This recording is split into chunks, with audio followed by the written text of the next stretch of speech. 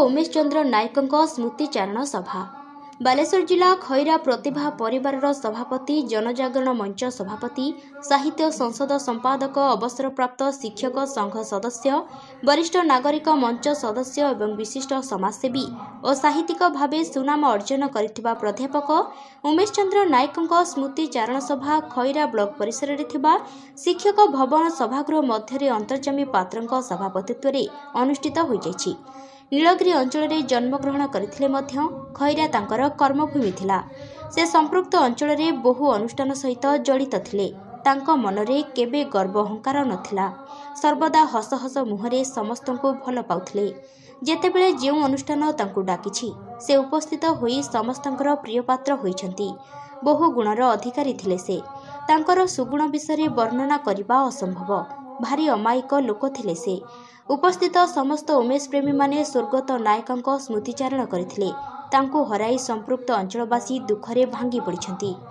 एथिरे पंडित कृष्णचंद्र पत्री, रघुनाथ पत्री, डॉक्टर हरेकृष्ण राउत, बुद्धिराम पाणिग्राही, सनातन बेहेरा, मुक्तिकांत सतपथी, रमाकांत सतपथी, मायाधर नायक, जयंत कुमार पंडा, सुदर्शन पाणिग्राही, शशिकांत दास, सुदामाचरण राउत, देवेंद्र कुमार राउत, प्राध्यापक बसंत कुमार खिलार, प्राध्यापक जुगल किशोर गाहण, स्नेहलता परिडा, डॉक्टर प्रभाकर पंडा, अंजलिका महांती, सुरुमा पाणी, रामकृष्ण दास महापात्र, विष्णु प्रसाद मिश्र, विमन कुमार बारिक, चिंतामणि साहाणी, रश्मिता महापात्र, प्रशांत कुमार दास, निरंजन बेहेरा, डॉक्टर उदयरंजन दास, अभिराम महापात्र, सड़ानना पाणिग्राही, कैलाश चंद्र बेहेरा, गौरांग चरण पाणी, निर्मल कुमार बेहेरा, संतोष कुमार विश्वाल, ज्योत्स्नाराणी पृष्टि, रत्नाकर सेंट, भरत चंद्र साहू, मो अनुष्ठान साहित्य संसदर संपादक नरेंद्र प्रसाद बेहेरा एवं अनुष्ठान सक्रिय सदस्या भौणी कुंजलता माहुंत, जनजागरण मंच और वरिष्ठ नागरिक मंचर कर्मकर्ता समेत स्थानीय अंचलर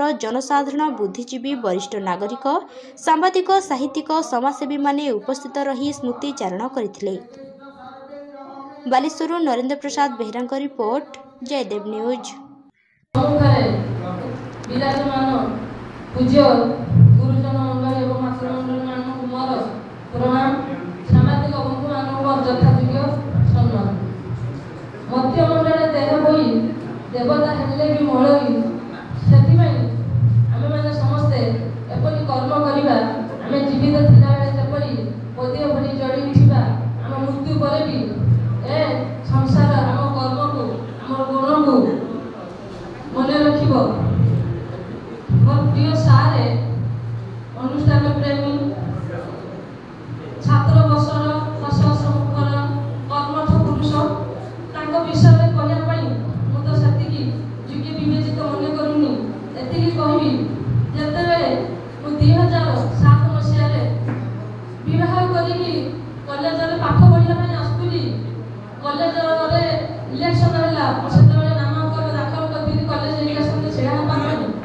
से गोटे कथा कहिथिले, मां विवाह करि सारिछु, जेतेबेले तू अविवाहित थिलु सेतेबेले तू जदि किछि काम खराब करू कि इलेक्शन रे सीधा हल्ला परे तोर छात्र छात्री माने शत्रु हे जिवे, सेतेबेले तोर बापर नाम पड़ी थांदा, किंतु एबे तोर स्वामी एवं सासु ससुरଙ୍କର नाम पड़िबो।